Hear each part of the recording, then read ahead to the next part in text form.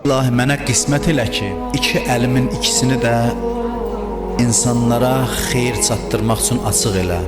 Yəni iki əlimlə insanlara xeyir çatdırım və mənim bu xeyrimi minnətdən uzaq elə. Sən mənə qismət elə, sən lütf elə ki, mən cəmaata xeyir çatdırım. Allah gərək insana nəsib eləyə ki, insandan kiməsə xeyir gəlsin. Bu hər yoldan keçənə qismət olmur. Adam var, nə qədər imkanı var, o imkanını bir manatını xeyir işdə sərf eləyə bilmir. Ancaq harama sərf eləyir, özünə sərf eləyir, elə bil ki, yolu bağlıdır. Heç vaxt heç kəsin yadına düşmür ki, gedim buna deyim nəsə. Heç vaxtı bir xeyir işə vasitə ola bilmir. Bu elə bilirsiniz, özünün öz əlindədir, əlbəttə öz əlindədir, amma bu nəsə eləyib ki, Allah xeyrin qapısını bunun üzünə bağlayıb. Bunun pulu var, amma bərəkəti yoxdur ömrünün.